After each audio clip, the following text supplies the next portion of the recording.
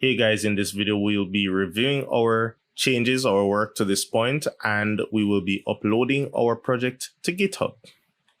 Now let's start by reviewing what we have done up to this point with our project. We have set up our repository classes. We have set up our database connections. We have set up a few view models and set up AutoMapper. We haven't touched our controllers and we haven't touched our views as yet, but at least we've done the M part, which is model, which is the data related operations.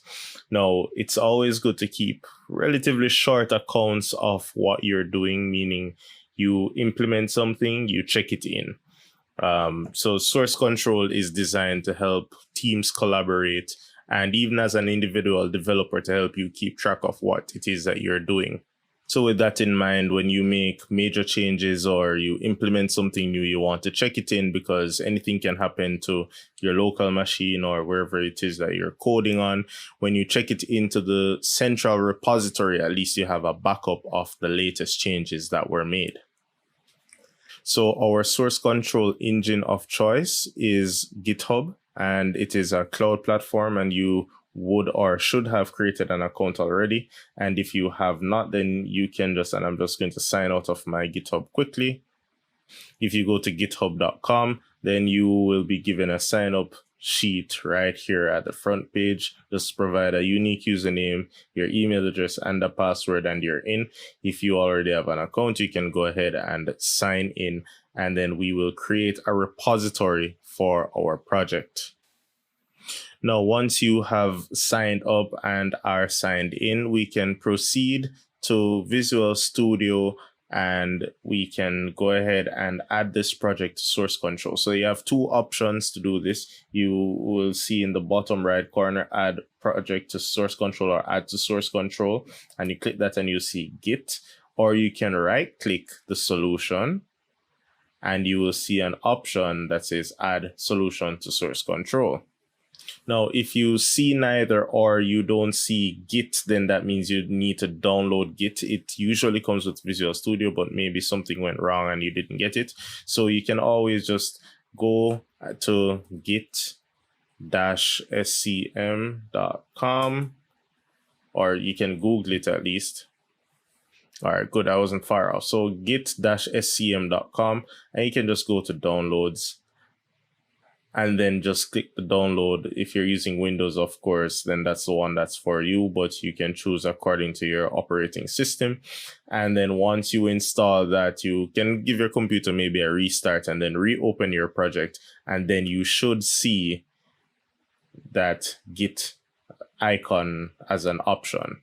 So I'm going to go ahead and click Git. So add to source control, and I'm clicking Git.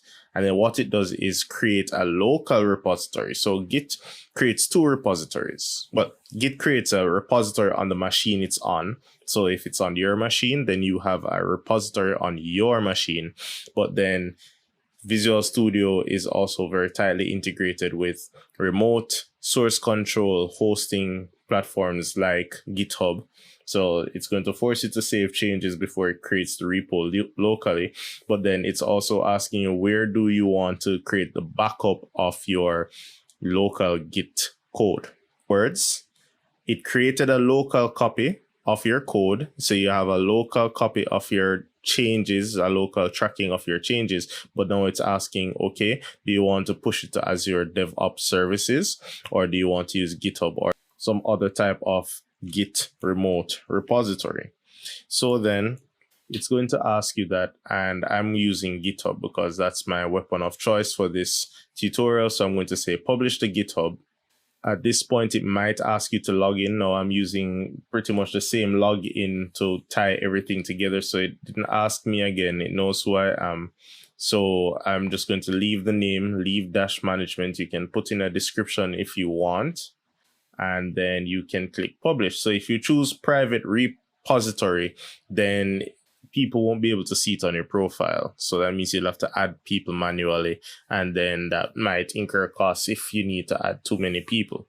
But then if you leave it public, then everybody can see. So of course, you know, if you have sensitive information, you don't want it public but for the purpose of this tutorial, I'm going to leave it public so that you can look at my profile, go to my GitHub profile and see the source code if you need any reinforcement outside of what is done in these lessons.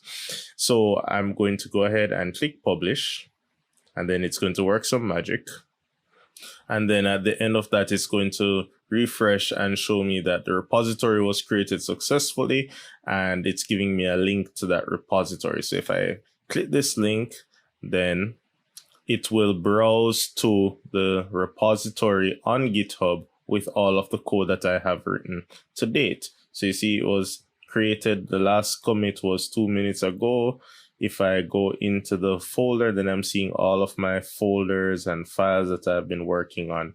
And so that this is a nice remote hosted version of my code. So if my computer crashes right now, then I can come back on GitHub and get the latest checked in version. So that's why I say it's important to check it in when you make major steps in your coding.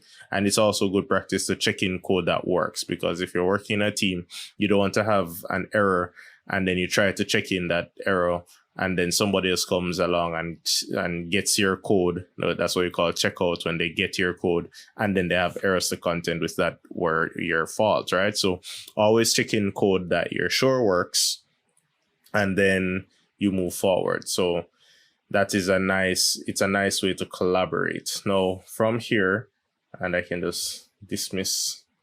From here, I can include more information. I can create a README so that, if people come across this file or this repository, they know exactly what it's about. I can be more descriptive by adding, a description on the page at the top. So it says no description. It doesn't know what it's about. You can add a wiki so that persons who may, this is an open source platform. So maybe you're creating something that you want to share with people. You can create a wiki, which is like an issue kind of logging or problem and solution kind of document. If it is that you want to add more people to be collaborators or contributors to your project, then you can go to settings and you can go to collaborators. So this is how you set up a team project. You just go to collaborators and then you can just find them by username and add them. And then all of you would be on one team working on that central repository. All right. So that's pretty much how you get your code from Visual Studio into GitHub. And then as we go along and we build out more modules, each time we will make sure to check in those changes and keep this repository up to date.